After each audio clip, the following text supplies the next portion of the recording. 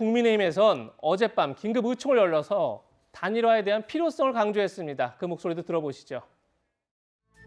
의원 수가 100명이 넘는 정당이고 또 단일화를 계속해서 해야 된다는 부분에 대해서 제가 어저께도 얘기를 했듯이 단일화의 끈을 놓지 않겠다. 우리가 먼저 놓는 일 없겠다 그랬으니까 계속해서 유지를 하는데 지금 현실적으로는 쉽지가 않습니다. 우리 저희 후보께서 기자회견한 내용 중에도 보면은 안 후보께서 지금 전화가 하도 많이 와서 받을 수가 없다 그러는데 전화를 해도 또 전화 통화도 안 되고 이런 상황에서 그러니까 실무 협상은 매번 할 때마다 부인당하는 입장에서 결국은 본인이 만나는 게 중요한데 본인은 만날 수가 없고 그런 상황에서 우리가 현실적인 어려움은 있습니다.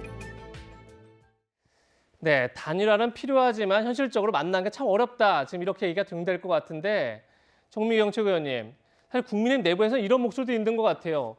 과연 단일화했을 경우에 과연 얼마나 우리가 실질적으로 표에 이득이 오느냐라는 이제 계산을 할 텐데 사실 갤럽 조사입니다. 저희가 준비한 여론조사가 있는데 이 여론조사를 보면 사자 구도에서 이재명 37.2%, 윤석열 42.3%, 오차 범위 내에서 박빙의 승부를 하고 있어요. 그런데 단일화가 됐다고 가상 대결을 다시 붙였을 때도 이재명 후보 40.4%, 윤석열 후보 44.8%.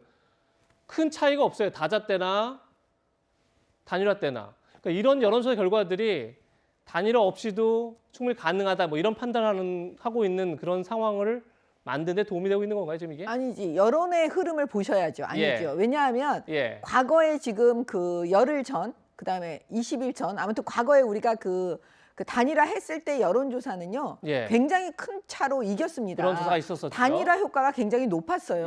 근데 이게 지금 25일, 26일이에요. 그러면 지금 제가 말씀드렸지만 정권 교체를 열망하시는 분들이 분노하고 계시다니까요.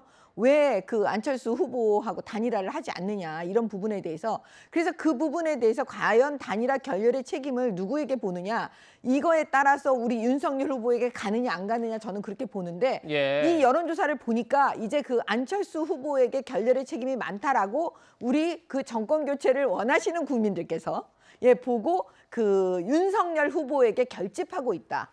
저는 그렇게 보는 겁니다. 그러니까 지금의 이 여론조사만 갖고 그냥 딱 이게 정답이다라고 말할 수는 없는 거고요. 그다음에 두 번째는 단일화는 그럼 필요하냐? 저는 필요하다고 봐요. 앞으로도 우리가 끈을 놓으면 안 됩니다. 왜냐하면 단일화 되는 순간요 무슨 일이 벌어지냐면 이런 수치의 문제가 아니고요. 그 민주당을 지지하는 사람들 중에 일부는 아예 어차피 이쪽이 단일화됐으니까 아유 국민의힘이 이번에는 이긴다. 그러니까 투표장에 안 나가시는 거죠. 그렇기 때문에 이게 선거는 분위기인데 그렇게 해서 또 압도적으로 이길 수가 있기 때문에 우리는 단일화의 끈을 놓지는 않는다. 이렇게 말씀을 드립니다.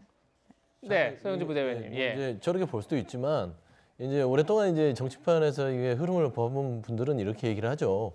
단일화 효과는 일찍 시작했으면 충분했을 텐데 이제는 아까 나온 대로 수치가 좀 별 미미한 효과가 있을 것이다.